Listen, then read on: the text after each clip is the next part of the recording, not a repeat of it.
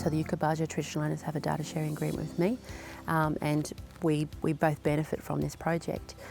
The relationship that the plants at different times of years and the weather patterns and the actual different species that there are, how they all influence and tell the traditional owners, when to hunt or when they might be around or those sorts of things. So one of the outputs of the project is actually building a seasonal calendar that describes all of those events and those relationships, and have them in a form that they don't usually actually have it in. It's very much an oral knowledge that you collect by experiencing and by doing, and so we're actually turning it into a printed calendar, and so that we can share with, they can share with the wider community, the junior rangers, and certainly share with kids in schools and things like that and their own kids.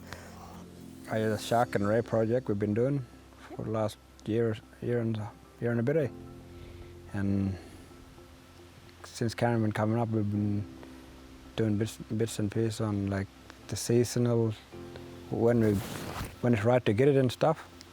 Yeah, we went down to Archer Point, down on the flats. A couple of the boys went out with spear, trying to get a couple of stingray. We got one, brought it back. Oh, well, you can just see the different perspective of how we live, and just education. That's the most important thing, is how the Indigenous race live, how we are one with the land and how we understand the land. So yeah, hopefully everyone's learning in this process. One of the problems we have as scientists is you can only be in one location for a very short amount of time, and you don't get to build up that in-depth knowledge of how the system works and what animals come and go and how the seasons work. When someone lives on country for tens, thousands of years, that knowledge that is built up about how the natural system works can be really, really invaluable. And it puts context, real-world context, to the scientific information that we can get.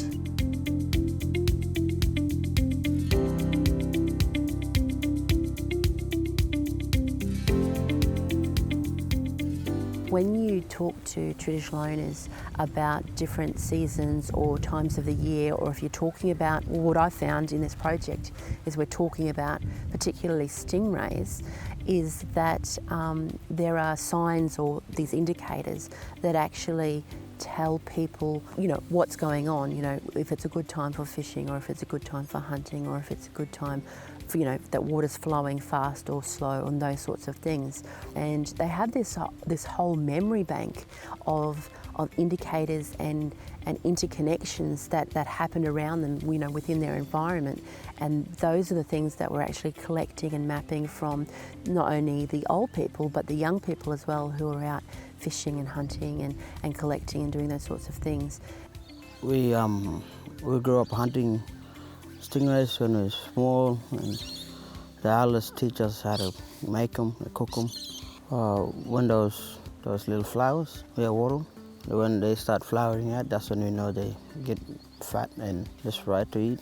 Yeah, good time for hunting. Yeah. The wattle is like it tells us when stuff like stingrays or sharks or black brim or grunters or any kind of fish, that they'll tell us that when it's fat or it's right, good for hunting. When it start flowering like that. So when it's really fluffy? Yeah, when it's really fluffy. Then it's telling you good time. Yeah, good it's a time. Good time for fishing. Yeah. Excellent, all right.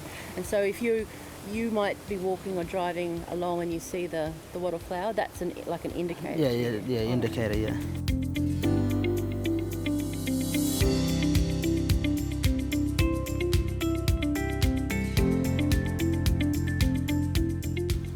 Project is doing me good. Yeah? Yeah. How's it doing you good? What are you getting out of it? Learning about the other stingrays that we don't eat, and what other stingrays and sharks out there. Yeah. I think this shark program need to keep going, so we can learn more about sharks and ray. To us Aborigines, yeah, we live off that ever since for a long time. Yeah, just good knowledge out of it, really, like what's here and how can we help the animals to repopulate and yeah, see how I can live properly off it. Yeah.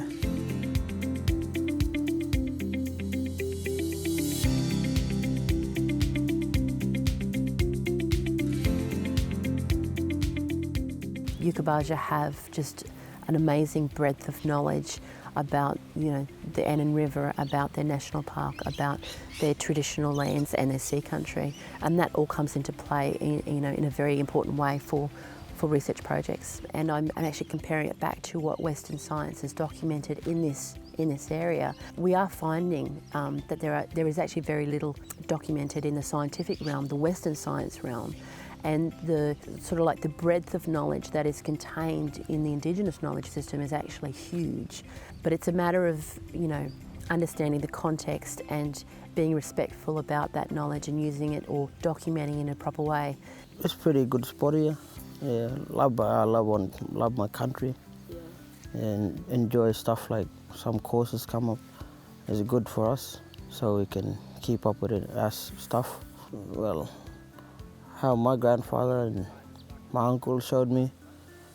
So when they can't do anything, so we gotta go out and hunt. Then we take our little brothers or some of our sisters if they wanna come, and we show them how to cook it, or like you're spearing, get it, or fishing. Then we just show them how to cook it, cut it, open them up, and check the liver. If the liver is, how we tell if it's good, the liver got to be like white but bit pinkish on it, yeah. They've always had the knowledge, but if it can be interpreted into the scientific language, which is the currency and the way management works, that enables them to use the knowledge that they have in a more effective way when they're talking about how to manage their country with people who aren't traditional owners, with government and other stakeholders. Now it's good for the scientists to come onto our land so they can see what we're doing and how we're looking after it, and they can give us some knowledge and stuff too, how to pass back and forth to each other. Everything has sort of like its own effects on the river system, and the more animals you can find out about, you can find out if the river's healthy, if it's unhealthy, and then plus it's a food supply. And that's one of the main things we want to know, is if what people are eating is healthy for them or if it could be bad for them. Yeah, and the more programs that can combine and actually understand each other, it's all for the benefit of the country in the end.